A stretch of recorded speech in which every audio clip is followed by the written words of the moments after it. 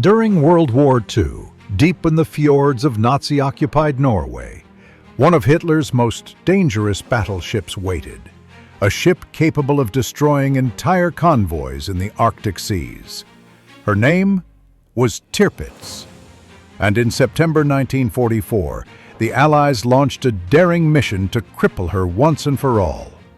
This was Operation Paravane.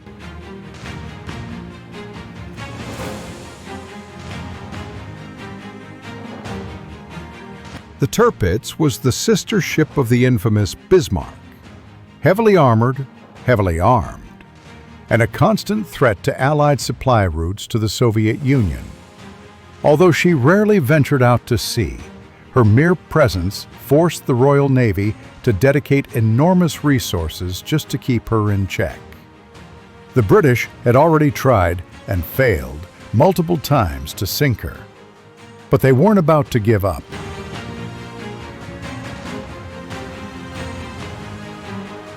By 1944, the Royal Air Force had a new strategy.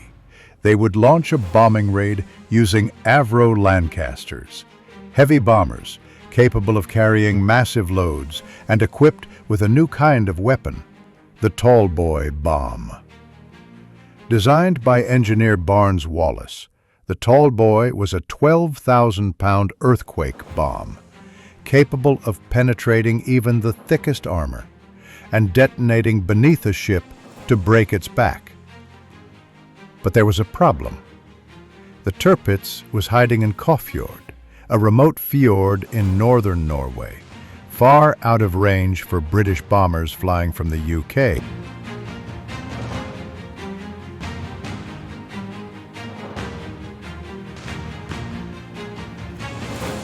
So, the RAF came up with a bold solution. They flew 38 Lancaster bombers all the way to Yagodnik, a Soviet air base near Arkhangelsk, Russia. A dangerous 3,000-kilometer journey across enemy territory. The crews faced engine trouble, bad weather, and navigation errors. Some planes crash-landed, others had to turn back. But on September 15, 1944, the surviving bombers finally took off from Russia and headed straight for Tirpitz.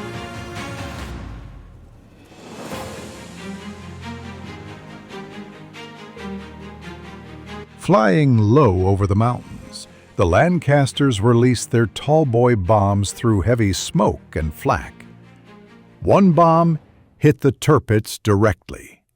Others landed nearby, causing a massive underwater shockwave. The damage was severe. The battleship's bow was lifted out of the water.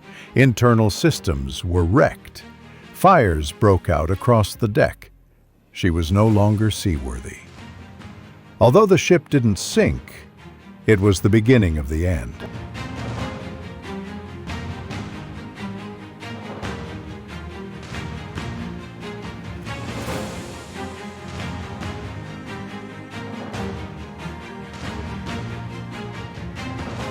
After Operation Paravane, the Germans moved Tirpitz further south to Tromsø, hoping to use her as a floating artillery battery. But this move placed her within range of new British airfields in northern Scotland. 2 months later, in Operation Catechism, the RAF struck again. This time, Tirpitz was hit by multiple Tallboys and capsized, killing over 900 German sailors. The threat was finally over.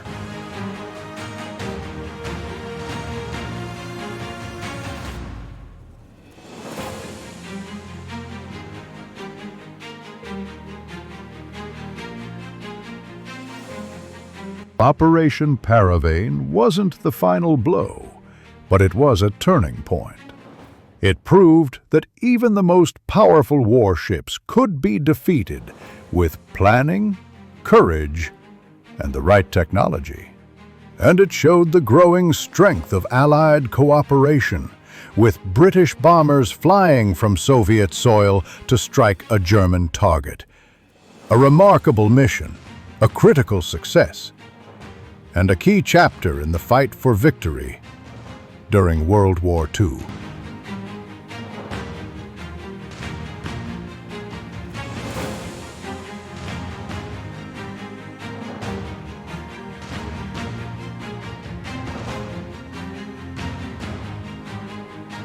This was Operation Paravane, a strike from the skies that helped end the reign of the Tirpitz, once called the Lonely Queen of the North.